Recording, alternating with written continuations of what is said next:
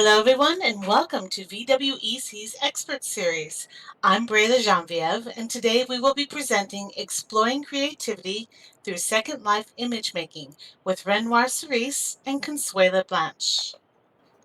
Before we begin, please note that our presentation today will be recorded and uploaded onto YouTube.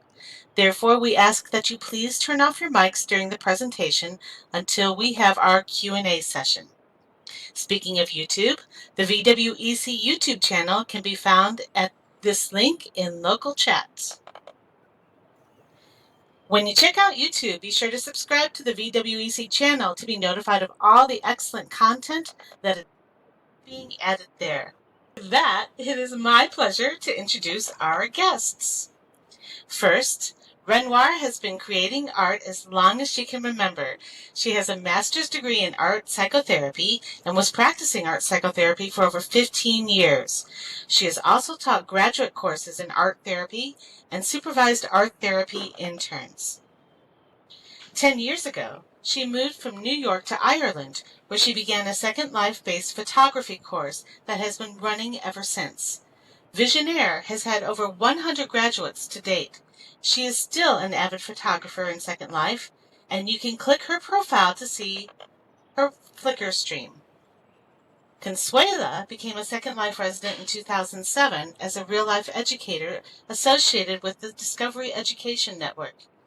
She has had a variety of roles here, including writer, actress, model, producer, manager, photographer, dancer, videographer, and DJ. Consuela was part of the first class of Visionaire Institute graduates and has been involved with Visionaire ever since. In addition to her work in Second Life, Consuela expects to complete her doctorate in education this year. Her dissertation topic is learner-centered pedagogy in online spaces, and she is passionate about finding new and innovative ways to engage learners in virtual environments. Please welcome WrenNoir and Consuela. Thank you so much. What a lovely introduction. Thank you. My name is WrenNoir. I want to thank everybody for having both myself and Consuela here today and taking your time to come and listen to our presentation. Our presentation today, for your pleasure, is about exploring creativity through Second Life image making, creating a class for Second Life residents. So, can the visual arts be taught in Second Life?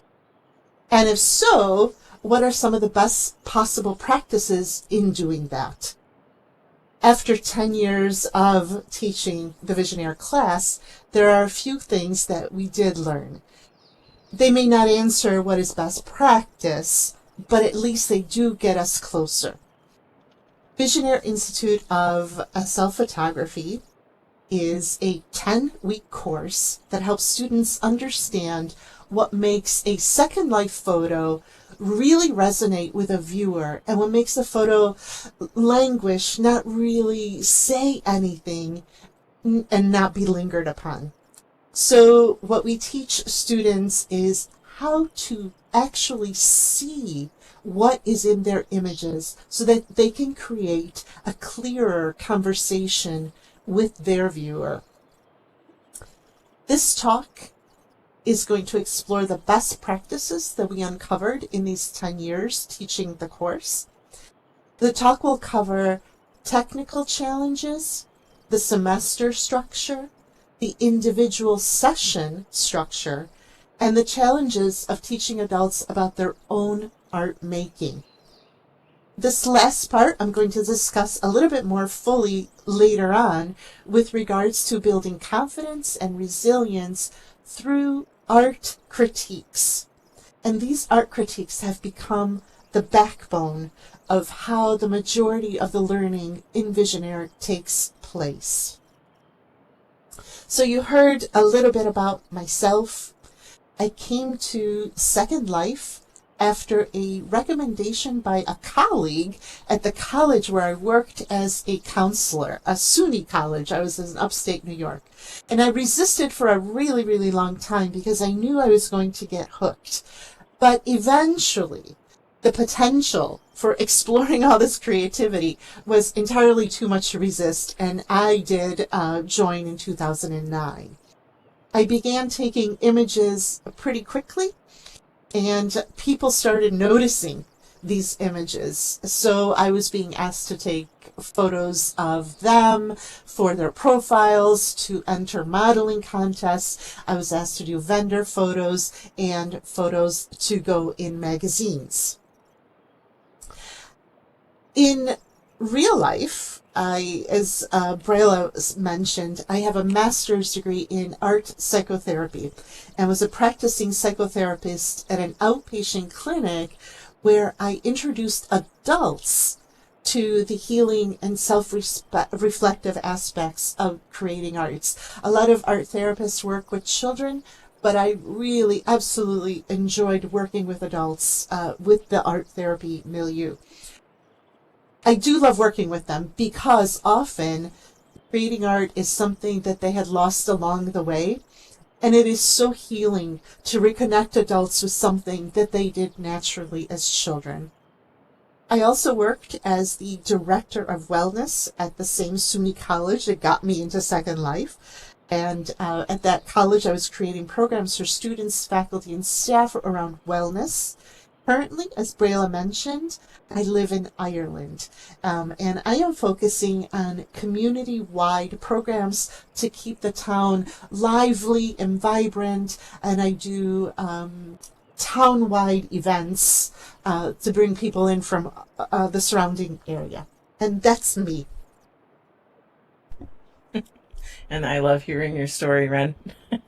So I just want to take a minute to thank, Virtual Worlds Education Consortium for having us. I'm really excited because I haven't presented as an educator in SL in a very long time. Like, I've been here 15 years, so it's probably been, easily 12 or 13 years since I presented as an educator. So as far as my background, as Briella shared a little bit in the beginning, I learned about Second Life from the Discovery Educator Network. I'm not sure how many of you are familiar with that group. I don't think they have a presence here anymore in SL, but they were the reason I came here. I attended a conference, and I learned about SL actually in July of 2007, and I thought it was weird. So I wasn't there yet. But then, I had some downtime over Thanksgiving break, and I was like, let me check this out. You go through your conference notes and everything. And I remember seeing the tool, and I'm like, okay, let me check out all these tools I didn't have time to because, I'm teaching, I'm, at work. And so then that's how I came to SL. It took some doing because I know the, right, Eric? For sure. But how the orientation these days is so much better than it was in 2007. I was like dumped on some island with a bunch of other avatars that looked like me, Girl Next Door, if you remember that avatar, and had to sort out how to even function in SL. And I am stubborn, and I want to figure things out. But we did get torches. I think I still have mine. And this is not my original avatar, so the date doesn't match, but, it's, how it is. You start creating alts for fun. Like, what did I miss out on when I created my first avatar that I didn't know, when I didn't know how to SL? And then, I've made more avatars since. But, getting back on script, so let's see. So Den was fabulous. Like it was already commented on. They're a great group of educators. So after joining in 2007, I presented on various things as a Den Star member. I was fascinated by SL and eventually moved away from the Den to explore SL creativity and writing, role play, modeling, theater, and dance. In RL, let me advance here. So yes, in RL, I have been an educator in Southern California for nearly 24 years. I work primarily with grades TK to 5 and have had a variety of roles inside and outside of the public school classroom. Apart from my teaching credential, I have a master's degree in education and a master's degree in educational technology. And as was mentioned earlier, I am working on my doctorate. It's in K-12 organizational leadership, and I'm currently writing my dissertation on learner-centered pedagogy and online spaces. So that's one of the things I've really come to enjoy about being involved in Visionaire is not only the SL creativity side of it, but an opportunity for me to like scratch that educator itch and help make an already amazing institution even better.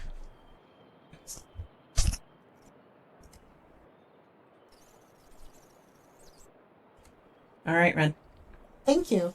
Okay, so today we'll tell you about that very course, Visionaire, that's been running for 10 years, and tell you what we learned. So Visionaire is a program for current Second Life residents. It's not advertised outside Second Life, as the task is to learn how to take better images within the Second Life platform. We use Firestorm because it has a wonderful tool called Photo Tools. But we can use, of course, any of our viewers to take images. You're going to see how what we teach can be easily translated to any image making in real life as well as Second Life. I'll tell you a little bit about the history of Second Life. Before we started, myself, WrenNoir and Noriko Okawa had been creating images within Second Life for a lot of years.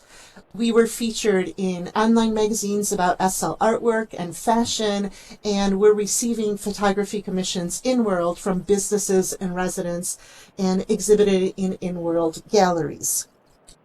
We were receiving many messages from residents asking us, how are you taking these images? What are you doing? How can I improve my own images as I create them in Second Life? I have these ideas and I have a vision, but my final outcome doesn't match what is in my head. So they were hoping, in asking us these questions, that we would have some tips and tricks that we could impart.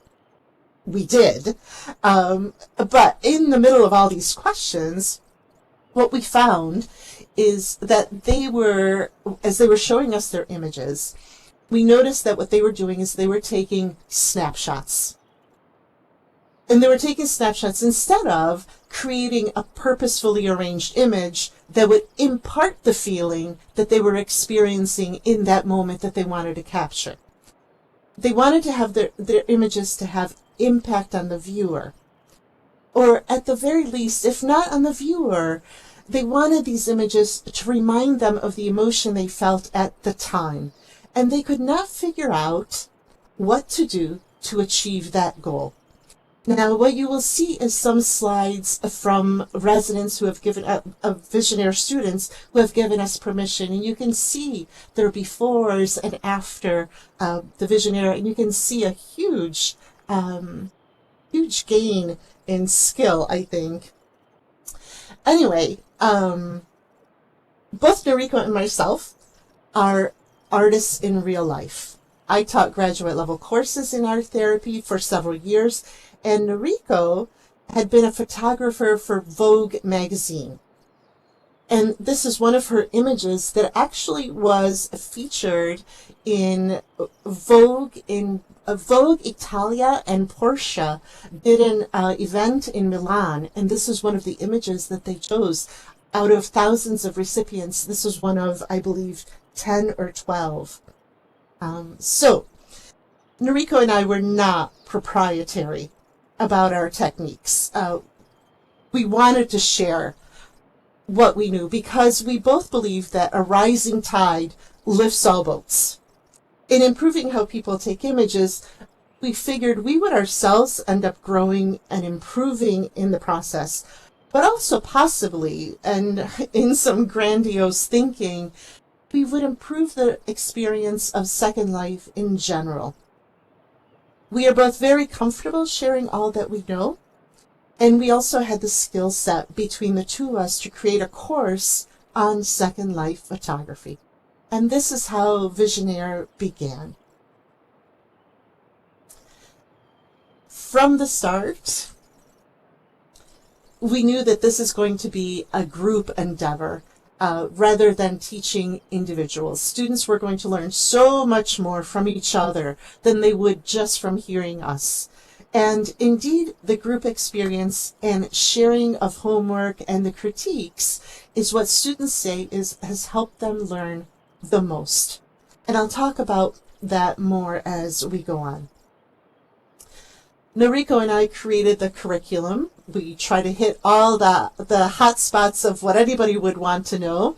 And we included so much information that the course ended up stretching to 10 weeks, which was quite daunting. And we wondered, is anybody going to put up with us, put up with this kind of thing for 10 weeks? But on that first semester, we had 16 applicants, of which Consuela was one, and ended up running 2 separate sections.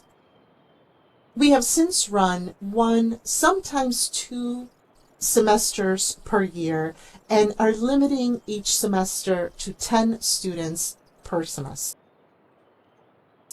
We learned early on, as most of you educators would agree, that a smaller class size is more manageable and more meaningful for students. It allows instructors to give a bit more personalized instruction and feedback, which is very valuable for student learning. So what have we figured out since then? We figured out that if people are really interested, they are going to commit to the 10 weeks. They are also going to put up with a 3-hour session, which is how long each week session lasts.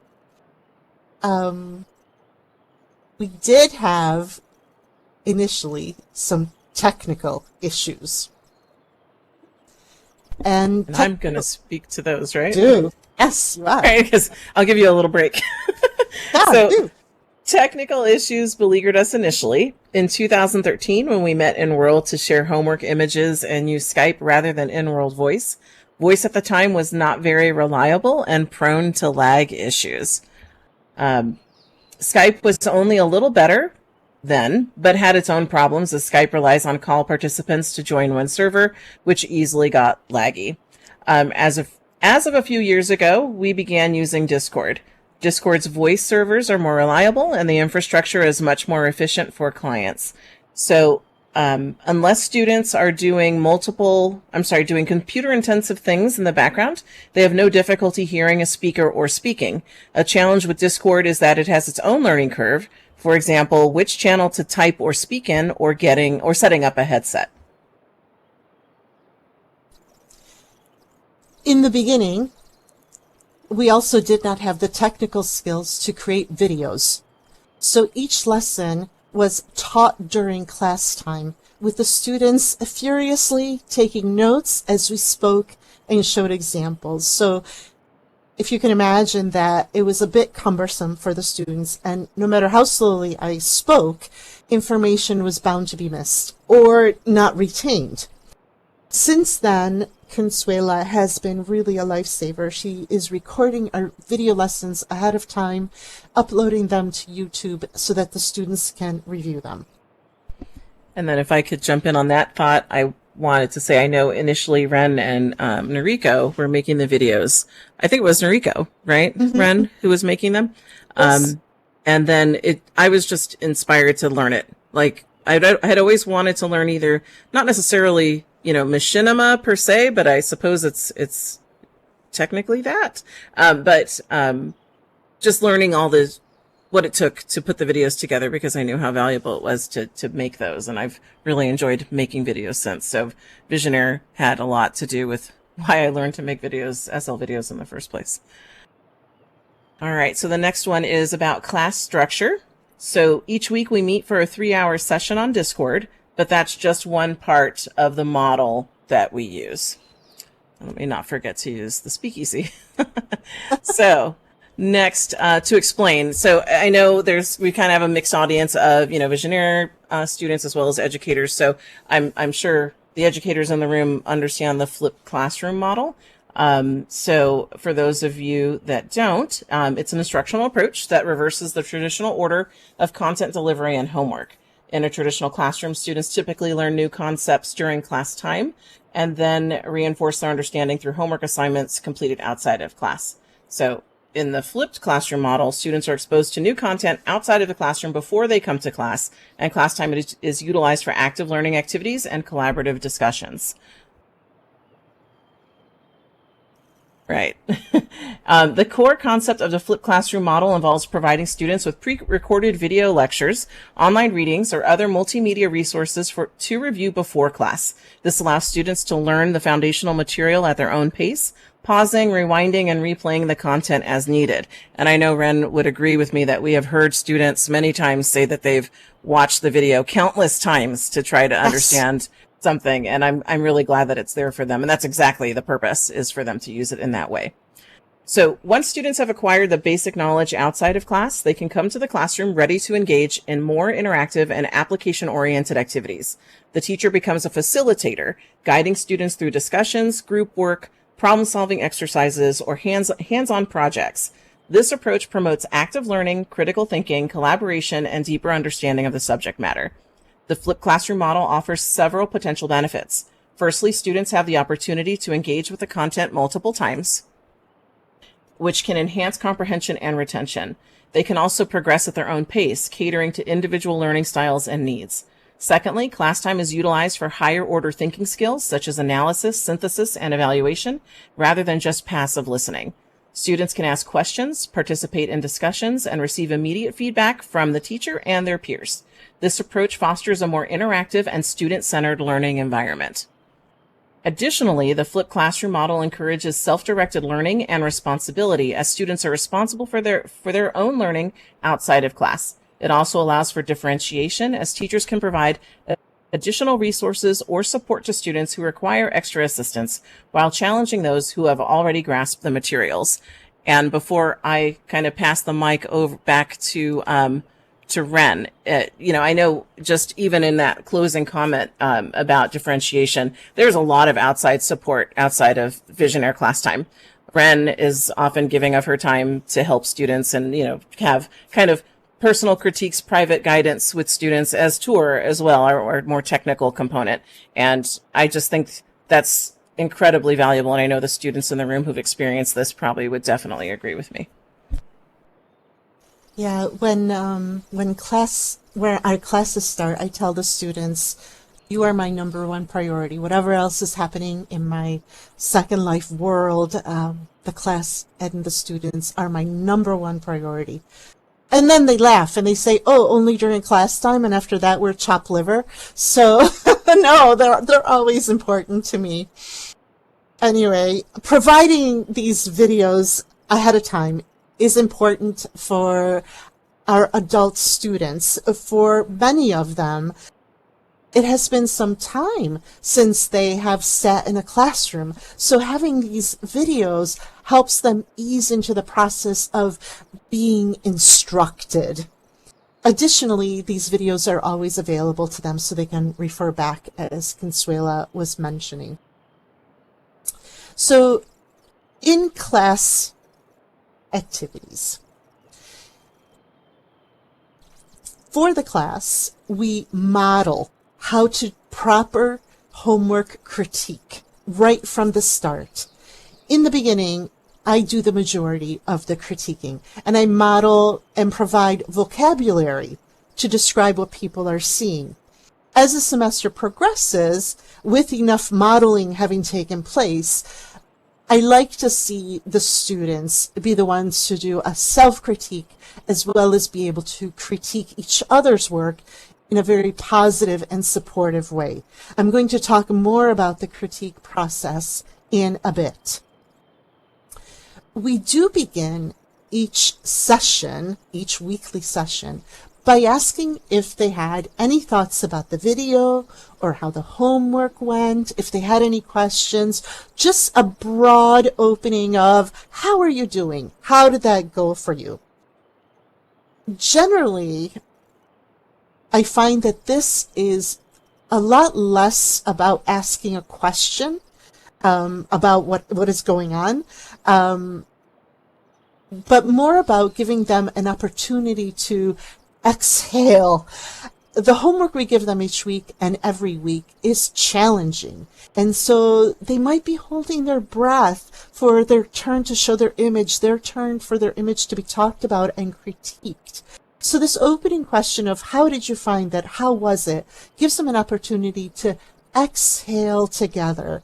Generally, one person will open up and they'll say, oh, it was great, I loved it. And maybe other people will join in, or they'll say, oh gosh, it was awful for me, it was dreadful, I couldn't get it. And no matter what they say, it's all valid. It's all their own experience, and nobody else can say otherwise. So all questions, all comments, all feelings are valid. If they have a question and it was covered in the video or class, it only means that we just need to review it again. So this opening question of how was it is more about saying, hey, we're all in the same boat, and some of us are rowing, and some of us are putting on life jackets, but we are all on the same boat. Then we do the part that takes the most time. And this is the art critique. Many adults have not had an art critique. So this is the big meat of Visionaire. Each student takes anywhere from 10 to 15 minutes to have their homework discussed. This part is the bulk of the session where the greatest learning takes place. A student with a very robust set of skills learns plenty from a student who is only at their start of their journey, and of course, vice versa. As stated before, in the beginning, I do most of the critique, and I model how to do it. I introduce vocabulary of how to do it. And the process of the critique is very straightforward. Number one, they're asked how they feel about their image, and they're asked to talk a little bit about it. They can say anything at this point. It's an open-ended question. How do you feel about this image? How was the homework for you? They will choose to discuss what they choose to discuss. They might choose to discuss their challenges, or maybe a happy accident, or something purposeful that they did. And so in choosing the salient issue for them is something that's important in the critique. This is what we are going to cover, as well as what we are noticing in their images. The next step after, how do you feel about your image? Tell us about it. The next step is to ask very specifically, what do you like about your image, and what don't you like about it? Generally, the student is really good and hits the nail on the head of the portions of the image that work or don't work. This question of what do you like about it and what don't you like about it also helps me gauge where they are on their journey. Yeah, very good. Maybe it is. Maybe it is. But anyway, it also helps me gauge where they are on their journey. For example, a student might say, that bunny was so cute, I wanted to take a photo of it. And that tells me that the student might be at the beginning of their journey. They might be at the beginning of learning how to create an image that has impact. A student further down the line might say, I wanted to take a photo of a bunny at a party because I thought that would make for a really good story. And yet again, the next student that is further down the line might say something like, I wanted to take a photo of a bunny, and I placed him at a party with friends and then put him on a red chair so that he would show off his white fur. And then I wanted candles because they would cast a glow on the whole scene. So each of these students is going to require something very different from a critique. Each student is encouraged to go to their next step or two, which is not necessarily the very last step or the fully accomplished step. As educators, you are well aware of this. On the first day of piano lessons, it's not very useful to compare a student to how they are in relation to Beethoven. But it is so much better if on that first day of piano lesson, they feel confident enough that they will have a sequence of notes figured out by the end of the week. So, the first thing is, how was that for you? The next thing we ask them is, tell us what you like and what you don't like. And then finally, in the critique, they may not have had the words to describe what they are seeing and possibly don't fully know how to break down an image to understand the impact of the elements that they arranged. So once they tell me what they like and don't like, that is the road that we're going to take. The next question is, don't just tell me what you like and don't like, but now you're going to tell me why. Why do you think you don't like it? And why do you think you do like it? And I'm going to let them struggle with this for a little bit. Why don't I like it? Why do I like it? And this struggle is really important, and I don't ever want to skip it. But I don't let it go too long because then it just becomes really frustrating, which is not helpful. So if it goes too long and they don't have the words still, I'm going to step in and offer some possible words. Like, for example, the bunny in the red chair is really great because the color red represents whatever, and the bunny stands out so much more because he has this white fur. So that's really good and probably why you like it. So I might describe it like that. Or if they don't like something, I might offer them a descriptor of why they might not like it, while also offering the solution of what they could do differently, so that maybe they might like it, or maybe it would work a little bit better in this image. The students who are not presenting their work, are not being critiqued, also get the benefit of hearing the vocabulary and learning that critique vocabulary. As the semester progresses, the students will do more of the talking about their work and about each other's work. And I might ask them to do so before I even say word one. All right, now we'll talk about learner-centered pedagogy. Right. Yeah. So, I like to insert my little educator bits in here because it's, you're talking about a very specific thing. So I like to call it out. And, learner-centered pedagogy has kind of become my wheelhouse for the last several years as I am on the long side of my dissertation journey.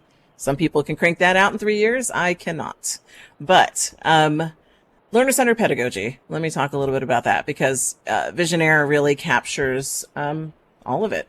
So for anyone who's not familiar with what that is, it places the learner at the center of the learning process. So everything that Wren was describing. It focuses on creating an environment where students actively engage in their own learning, take ownership of their education, and develop critical thinking and problem-solving skills. Learner-centered pedagogy recognizes that each student is unique and brings their own experiences, interests, and strengths to the learning process, which was by far one of the big reasons why I fell in love with Visionaire and Wren and Rico's creation of this concept in Second Life. In learner-centered classrooms, teachers act as facilitators, guiding students' learning rather than being the sole source of knowledge. They provide a supportive and inclusive learning environment where students feel comfortable taking risks, asking questions, and expressing their ideas. Learner-centered pedagogy emphasizes collaboration, student autonomy, and self-reflection, which is huge. So here are some key principles and practices associated with learner-centered pedagogy that are used in Visionaire. Make sure I not forget to advance the speakeasy, which I will do when I'm talking. Okay, here we go. Active learning. So learner-centered classrooms promote active learning experiences where students participate in hands-on activities, discussions, and projects. This active engagement helps students construct knowledge and deepen their understanding of concepts. Personalized learning. Recognizing that students have different learning styles, interests, and abilities, learner-centered pedagogy seeks to tailor instruction to meet individual needs. It involves providing students with choices and opportunities to pursue their interests within the curriculum. Collaboration and cooperative learning. Learner-centered classrooms encourage collaboration among students. Group projects, discussions, and cooperative learning activities foster teamwork, communication skills, and the ability to work effectively with others. Inquiry-based learning.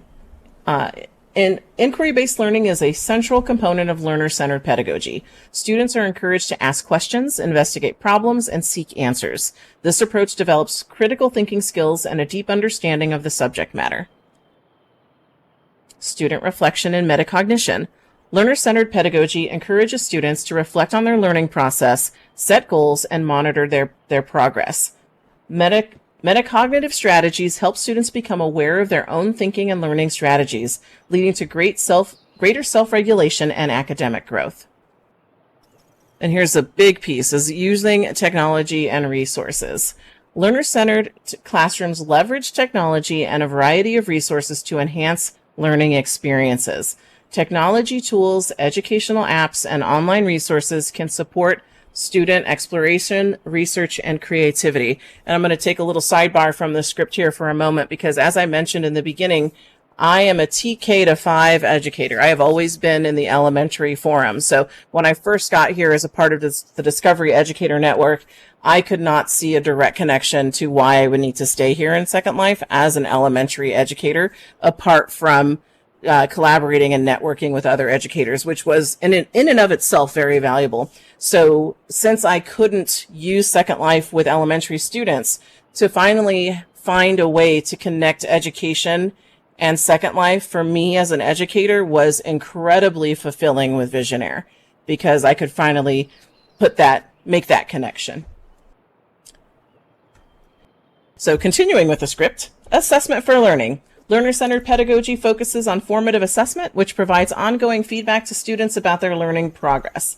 Assessments are used to guide instruction, identify areas for improvement, and empower students to take on an active role in their own assessment.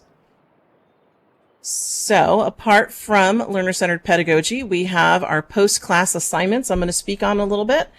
Each class covers a new tool or technique for students to learn about, and they receive post-class assignments in the form of homework. The homework is specifically tailored to each lesson.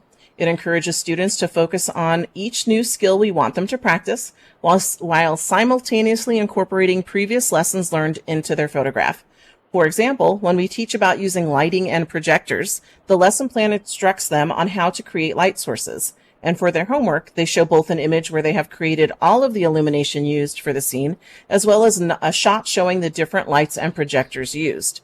This approach allows students to practice the techniques they have learned previously while setting the majority of their focus on applying the new technique or tool that has been taught for the week. And as typical when I'm talking, I have forgotten to use the speakeasy. So let's see. Yeah, okay, caught up on the speakeasy. So next is the semester structure. And Ren, that mic is over to you. Okay, fantastic. So I'll tell you a little bit about the semester structure. Basically, we cut it into thirds. The first third of the semester is heavily focused on technical skills. So how to use the graphics preferences, how to manipulate EEP, formerly known as wind lights, creating lights and projectors. And we basically, in this beginning third, we front load all the technical information, possibly overloading them with all this information, but we bring all the technical bits to the front so that we have the rest of the semester to practice what is learned. We have weeks then to reinforce this initial information and see if there was any instruction that was somehow missed that needs to be reworked or refreshed. During the first third of the semester, is where most of our instructional videos are shared with students, and this helps them build a solid foundation for progressing through the semester.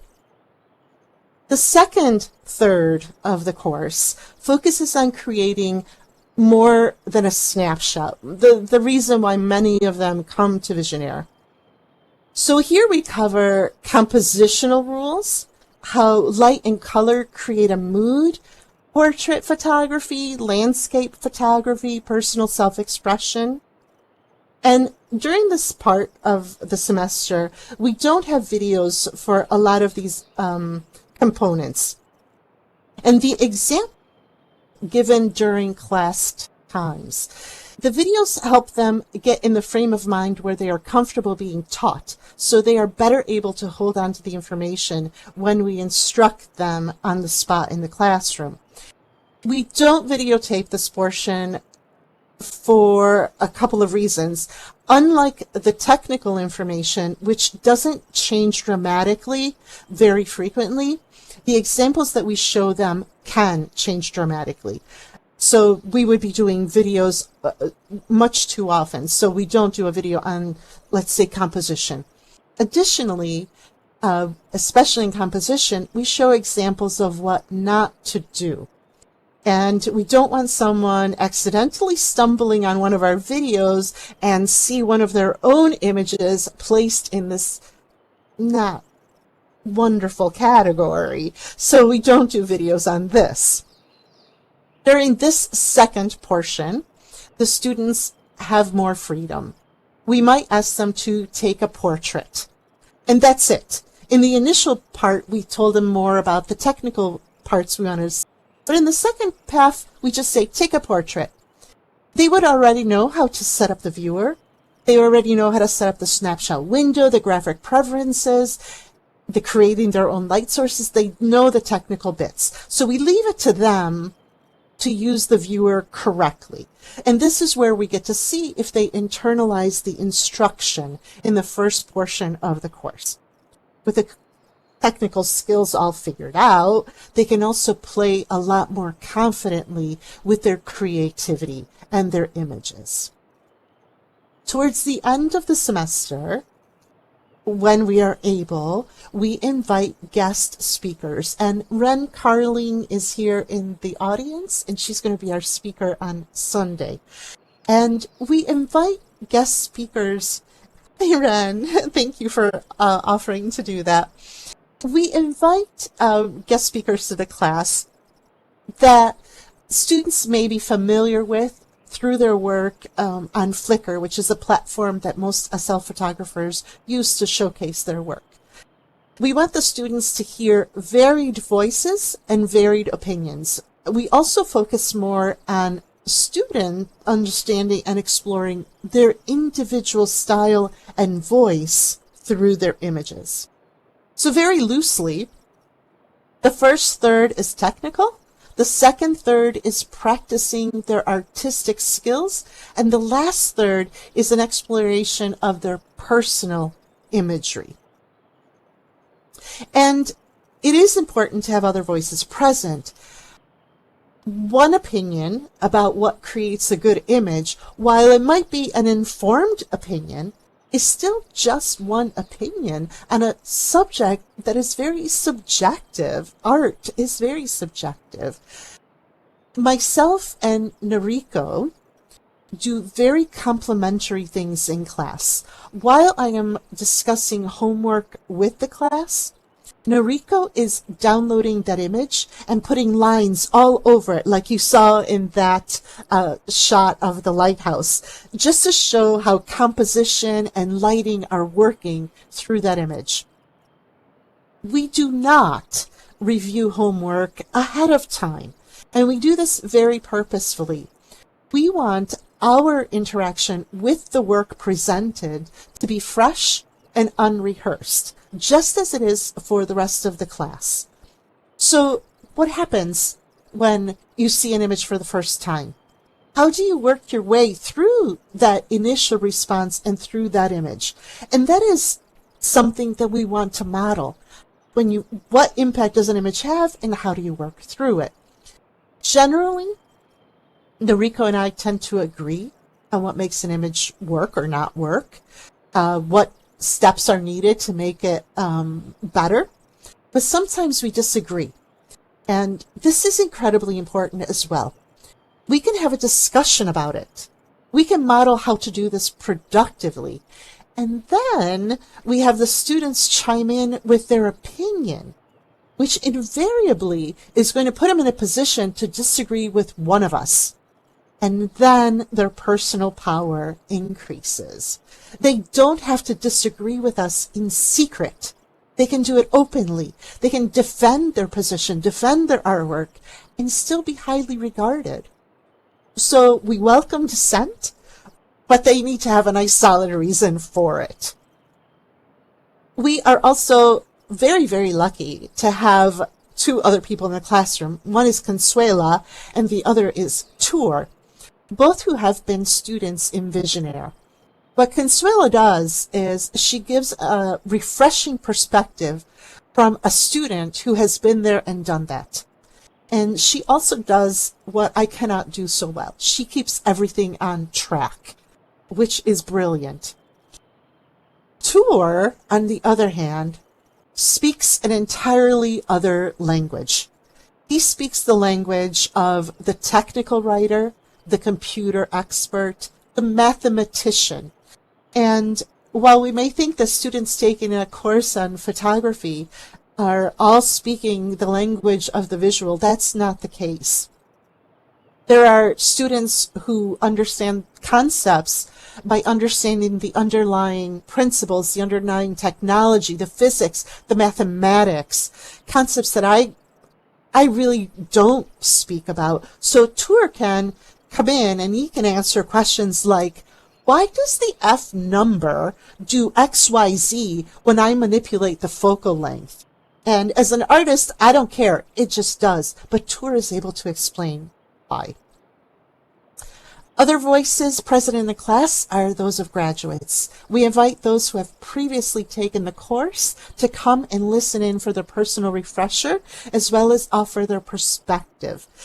This part we curb a little bit because they love speaking up, and I love them speaking up, but it can create a little bit of chaos. So we ask them to type in their comments instead of speaking in the class. It slows them down a little bit, but they can still impart their fabulous wisdom. No, Sandy.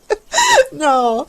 Oh, my goodness. At the end of the semester, we have a fabulous graduation celebration. We provide students a space where they can exhibit their artwork. We consider this class number 10 because the students have to curate the work that they're going to present. We ask them to present about 8 to 10 images, so they have to pick from many images, and curating and being discerning about what images you want to show is part of the lessons that they learn. Students invite family and friends. Consuela does the music, and generally our sim is full during these events. The students get to showcase their work. I wanted to interrupt you one real quick, Ren, because the DJ thing is another reason, like Visionaire. I learned how to make videos because first Visionaire taught me how to make pictures. Then Visionaire taught me how to make videos, and then Visionaire taught me how to play music in SL. So, just wanted to point that out. Yeah, and it's fantastic. So we have music to keep the energy high for the graduation. You're seeing images here of some of the graduation exhibits. The audience is always generous with their positive comments. Very unsolicited, by the way. They just come out with what they're thinking, and always very positive. And some of our students have even been scouted by inward galleries who ask them to exhibit at their gallery. It's very much a celebration of their craft and their commitment to what they want to learn. We'll leave you with the last slide, I think, showing you some promotional information. Yeah, I was getting there. There were a lot of graduation pictures. Yeah. I just thought it was really nice to include a lot of different pictures about the exhibits, because the students create these exhibits. Like, they learn how to show off their work and make a cohesive exhibit. And so we have an active exhibit up right now from our last class. And so the pictures that are being shown are from that exhibit. And I'm sure Tour can probably drop the slurl to that in a little bit so people can go see it firsthand. Great. So that is the end of our talk about what we do at Visionaire and what we have learned in these 10 years. They learn how to Thank show you. off. Thank you for having been here. And if you have any questions, we are happy to answer them. Oh, thank you, Buffy. Thank you.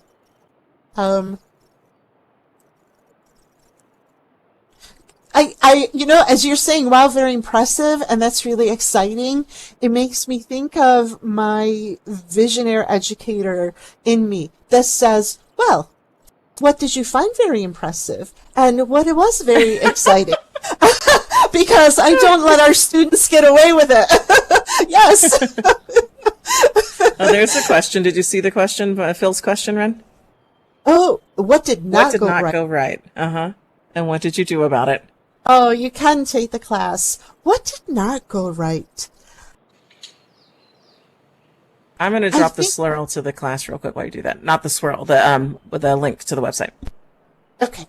What did not go right? Really, we were beleaguered the most about the technical aspects. So that was one of the things that did not go right. And so new technology helped us out of that. Classes aren't often enough. Yes, that's a problem. That's a problem. I'm going to answer what Barbara said. Barbara took a course that was an accelerated course. It was a course for students we felt were far enough in the process that they could do an accelerated 5-week course instead of 10-week course. So that's something we experimented on. Maybe 10 weeks doesn't work for everybody. And so we practiced 5 weeks. We only did it once. We still need to ask those students how they felt about it. But we are allowing those students who took the 5-week course to come in and listen in on the 10-week one so that they have something to compare. A Fibonacci Masterclass, that was a very tough course. So, technology helped us. We are experimenting with the length of the course. 10 weeks is a lot. And Ren, if I could jump in on that thought too, one of the reasons why we did a shortened course like that is because we do, I think Tour referred to it as a postmortem, and I didn't like that wording, but like after the class is done, to kind of, bring all the teachers together and reflect on what worked, what didn't work. And so because we have such a variety of skill sets and abilities, that's where the experimentation on coming to do a 5-week kind of accelerated course for students who could handle that pace. Because I think some of the feedback we had gotten from students before was that the 10 weeks was a bit long for them, especially if they had a lot of these skills in place. And going back to Barbara saying classes aren't often enough. Part of that reason is because, especially during a 10-week class, I give everything to this class. I put all of myself in it, and it takes a lot of my energy. I do it outside of class. I assist students in class, so it takes a lot out of me. And my recovery time after the class is usually several months. So then we have to deal with holidays, and our semesters end up being once a year, sometimes twice, but generally. That's true with regular teaching too. You just have to stop for a while. We usually call that summer break. I noticed that Tour put in a slurl for the most recent graduation exhibit into local chat. So if anyone is interested in that, you can always grab it. We do have a couple of more minutes, about 5 more minutes. If anyone has a quick question, you are welcome to do that in local chat or in voice if you'd like to. And everyone is welcome to also send any of us, I think, personal messages if you want a question on the side for yourself. Later, after this talk, obviously. Well, actually, we do have a little casual talk afterwards. If I may, I'd like to go ahead and go through our little closing information, and then we could talk about afterwards. So let me go ahead and click that. First of all, of course, I'd like to thank WrenNoir and Consuela for that presentation. And this class just looks really exciting. And the fact that you've brought in so many well-proven teaching techniques, successful classroom pedagogy techniques, that I'm familiar with as a secondary teacher. It's very exciting to see those things integrated in there, and that's clearly why this class has been so successful for the last 10 years, I believe. Our next VWEC Expert Series will be on June 23rd with David Davis, and he's going to be talking about designing engaging instruction with virtual worlds and AI, which is my new favorite topic right now. You can find this and other scheduled events on the VWEC Events Plaza calendar, both in-world over at the Info Center and on our website, which I have linked here in local chat. As a reminder, the VWEC the YouTube channel is also linked in local chat if you'd like to have a look at that. And again, be sure to subscribe so you can get those latest videos. And finally, if you are interested in presenting, just like WrenNoir and Consuela did today, please fill out the form that is also linked in local chat. It is a Google Doc, and it's just a quick little survey for you to look at, and we can talk to you about that. So I want to thank everyone for being here today. I hope you all enjoyed it. I know I did. And I just want to invite y'all, if you want to go to the deck, which is behind where you are right now, we'll go ahead and head over there for a little casual chat and conversation. Thank you all so much.